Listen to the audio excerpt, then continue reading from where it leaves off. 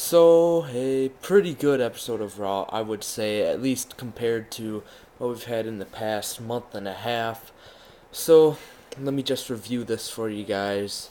Um, we pretty much start out with Vince McMahon making his return, good old Vinnie Mac, but comes out, he has his own theme and everything. The crowd pops from big, and he comes out with the Authority, Triple H, and Steph McMahon. Um, he pretty much just starts off cutting a promo on the network. Um, Talks about Crockett Promotions. I'm pretty sure he did. Then he rips on WCW, saying, "Oh, I remember beating them," something like that. And then also he kind of talked about his God storylines he had in 2006.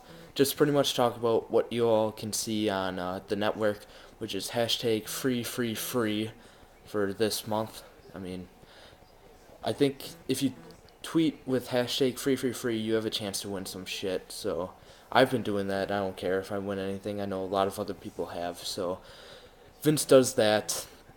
Then he also announces that for the 5-on-5 Survivor Series match, if the Authority loses, then they are no longer in control, which pretty much takes away from my idea that I was going to make a video on probably a month ago, but I never had time to record it, saying something like that. If the Authority loses, they are no longer in control. It just gives it gives that 5-on-5 match so much more credibility. I mean, the past few years, 5-on-5 has not been amazing at all.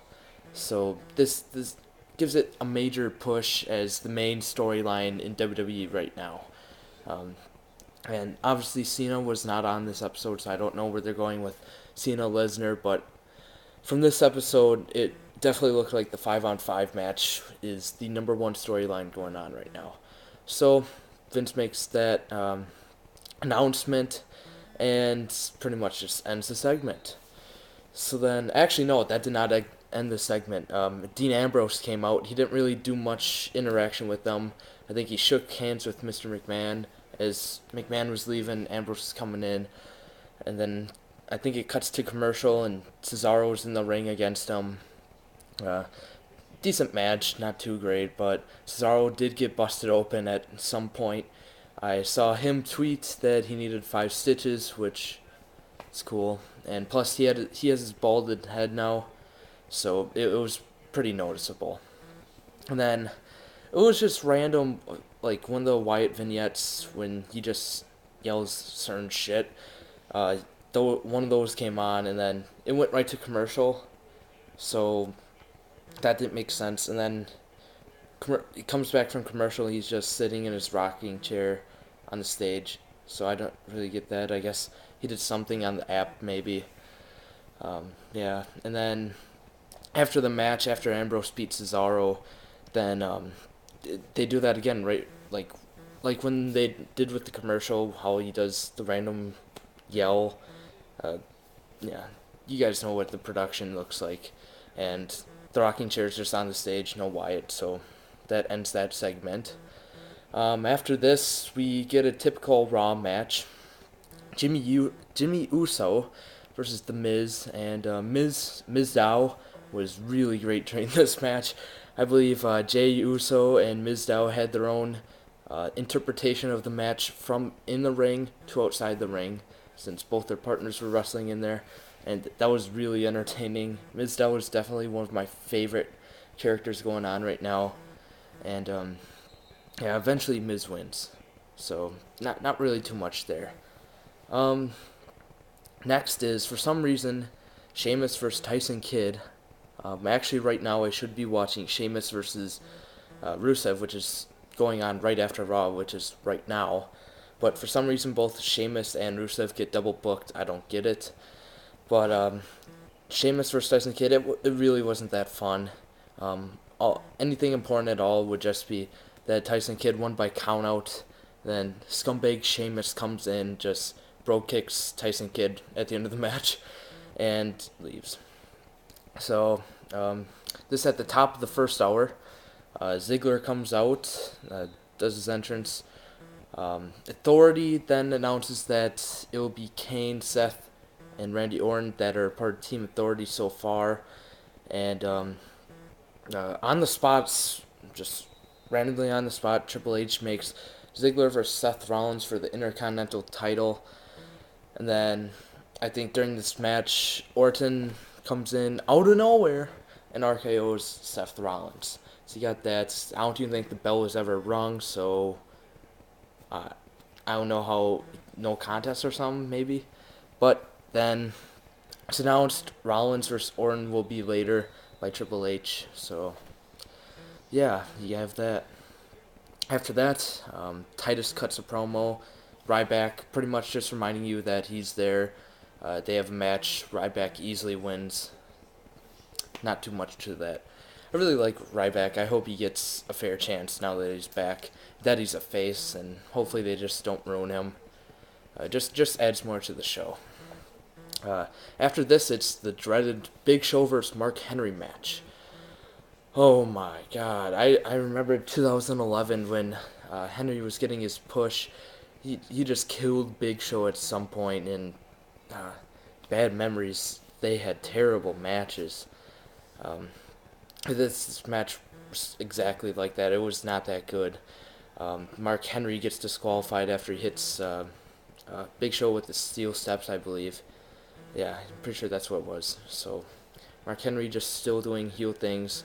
And then after it, he put his "That's What I Do" shirt on him. So yeah, Big Show. Oh my god, why can't he just retire?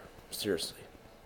Um, then after that, we get a Renee Young interview. Oh yeah, but she's interviewing the Bella Twins. They talk about their crap, personal assistant crap. Then out of nowhere, no, not Randy Orton. It's actually Eric Rowan. He has his mask on. He comes out, takes his mask off, like touches Renee Young's hair, and says, "You're pretty," to Renee Young, and she just bolts. That was pretty funny and random, but I'm excited for the new Wyatt family.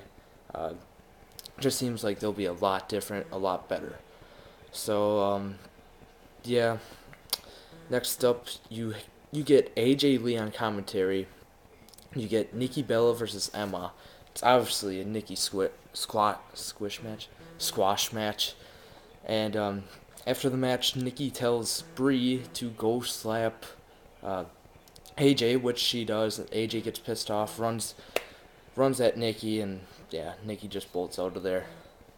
So yeah, I do not like the women's division right now, but I don't need to talk about much more. So, and then we get a vignette for Xavier Woods, and at the end it says, "A new day is coming." I guess WWE trademarked that a while ago, and pretty much the vignette was just, the Southern black choirs for churches that just, like, sing and they clap and do all that crap. Not crap, but whatever. Do what they do. And he's just at the mic doing stuff. I can't remember. Then people eventually pull him away when he looks like he wants to say something. So yeah, and at the end of that, it just says, "A new day is coming." So something with Xavier Woods. I'm kind of excited for that. After this, again with the double booking, they do Zack Ryder versus Rusev. Obvious squash match. So yeah, you can guess Rusev crushes. So yeah, not so good for Zack Ryder. And I believe it goes to commercial after that, and there's been plenty of commercials this show. 3 hours, man, so many commercials. And once they return from that commercial break after the Rusev match, Stephanie McMahon comes backstage and talks to Lana and Rusev, says, "Oh, we have a spot for you on the Authority team. You should, we gave you the United States title match later tonight, so how about you guys join our team? Kind of like, I'll scratch your back if you scratch mine back." And that was pretty funny what Twitter had to say about that. I'll just leave it at that. So yeah, Lana says, what was it? "As you Americans say, I'll speak to you later," something like that. It was some along the lines of that. And then after that little segment, you have the El Matadors versus the Dust Brothers, and you have the Miz and Damian Sandow on commentary, and that was so funny. The Miz was just talking yada yada yada, and literally Mizdow was lip syncing to that with the microphone on. It was really funny.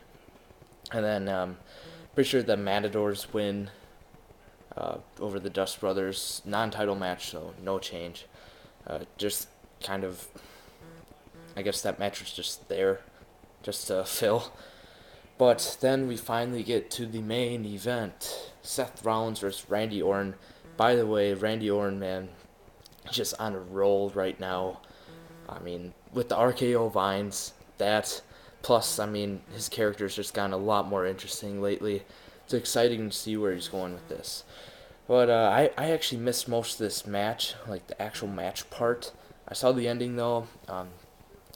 Pretty much, Orton has the crowd behind him, does his little thing where he's about to do the RKO.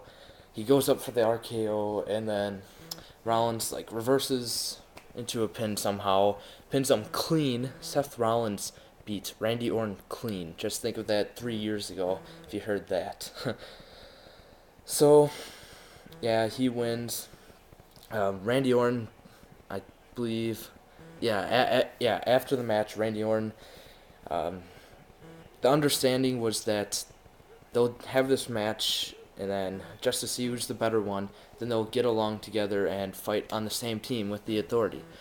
So after the match, Orton shakes hands with Joey Mercury, Jamie Noble, and then goes to shake hands with Seth Rollins, and then I believe he RKO's him then.